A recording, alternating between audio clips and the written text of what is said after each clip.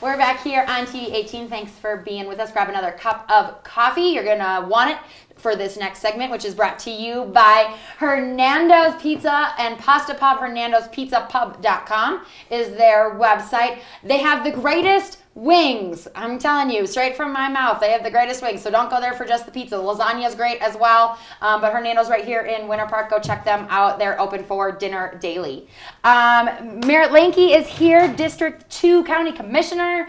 Thanks for being here. You're welcome. Thanks for inviting me. Yeah, you've been on our couch before, but never with me. So welcome. Wait, we don't want to say that, do we?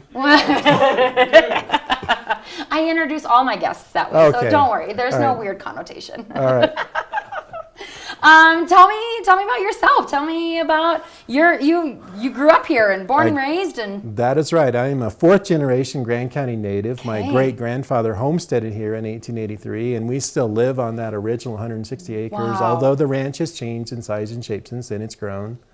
But my son would be fifth generation. Cool. So I'm back on the ranch, and I got elected to be county commissioner 5 years ago. So Okay. this is in my fourth year. Okay. I got reelected, so I'll be serving another 4 years.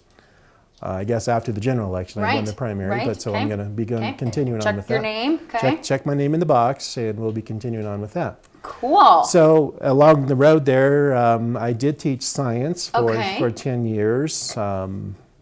Upper level science, chemistry, physics, things like that. Yeah, so all those fun kind of things. Yeah. Yeah. But now you cattle, I'm rope, back and home and back on the ranch and do Okay. all those kind of rancher type things. And we have a lot of cattle. We're looking tourist cattle that we look after in the summer, and we put up some hay, and we sell some hay. We feed some hay to our own cows.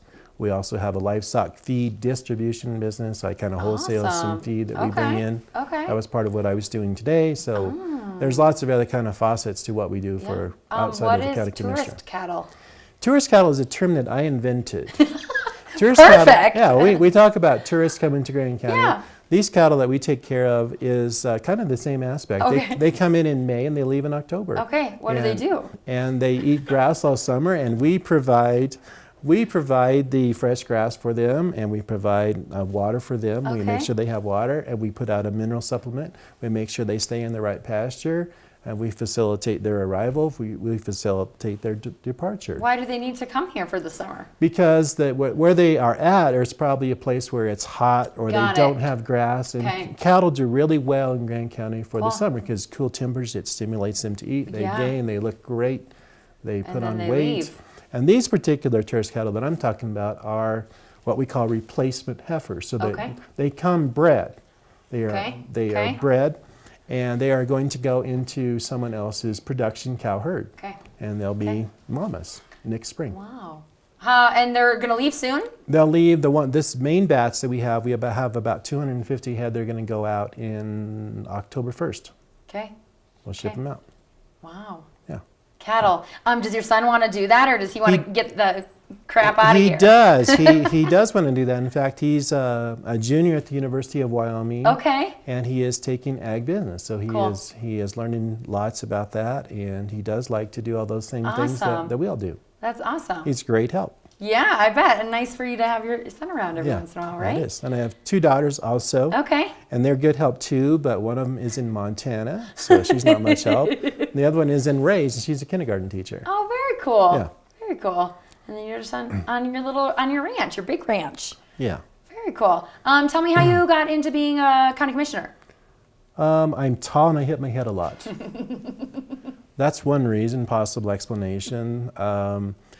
That's a kidding aside. I felt that it was something that I could do a better job at than the people that were there. Yeah, I didn't feel that there was drastic problems going on. Yeah. I wasn't a cleanup guy per se. Right. But I felt that I could do a better job as being a leader. Yeah. Yeah. And I Bring had a some lot change of and bring some change, awareness and I had a lot of background on issues and a lot of history, and I felt that I could bring Grand County forward into the future with some historical background to help to guide that. Yeah. So you ran this year. You won the primary. I won the primary. That's correct. And I don't have an opponent for the general. So again, check the box, and we'll be good to go in November. And you're in. Yeah. can someone rally and write a bunch of write-ins and you won't get it? I think technically that could happen, but I think it's a shot in a big dark circle. Check the box. Check the box, yeah. But I think it's very slim chance for a write-in to get in there at this point. Yeah. Right. Okay. Tell me some things that, because 4 years, 5 years you've been commissioner. Yeah, this is my 4th year, so it's 4-year terms. Yeah. That's right. Okay. So some big things that have happened in your past 4 years? Oh, there's been lots of things, lots of change. There's lots of personnel changes. We have a new county attorney. We have a new county manager. We've got 2 new commissioners from when I started. Yeah. So there's lots of changes in personnel. We continue to work on water issues, which is one of the things that I want to talk to you today. Yep. New road and bridge supervisor, new finance director. So again, I could name off lots of personnel changes. A lot of people are just getting to the retirement age. So. Losing some to attrition, budgetary things, property tax valuation is a big chunk of our budget, and that has been pretty flat for the past few years after the big recession in 09, 10, so forth. We haven't seen that increase in property valuations. We have seen in all the towns reporting this also a pretty good jump in sales tax revenue, which helps a bunch. So the towns are starting to see these tourist dollars coming in and helping us to get the finances back in shape. Very cool. And how about your favorite accomplishment in the last 4 years? You know, most proud of? It would be hard to pinpoint a single thing, but I think the thing that I am most proud of is the projects that we have worked on that involve some cooperation and collaboration.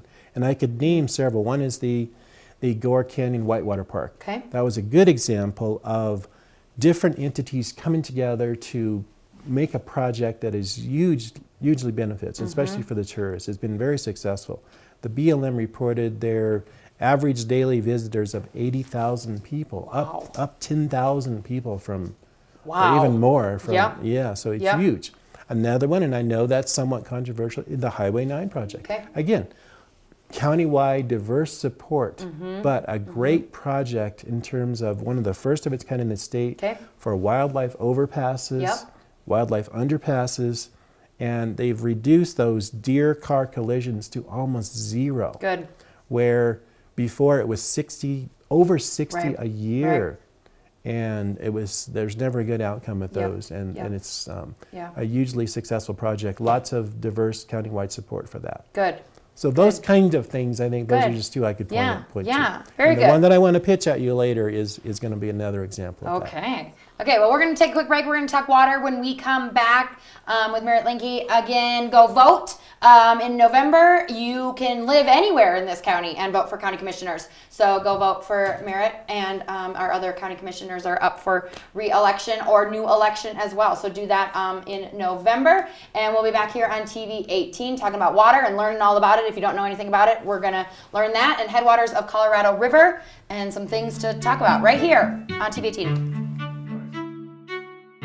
Middle Park Medical Center is your hometown provider for family care and surgical services.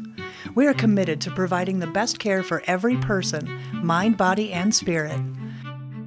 Our team is committed to making our community a healthy place to live, work, and raise a family. Middle Park Medical Center, keeping life grand.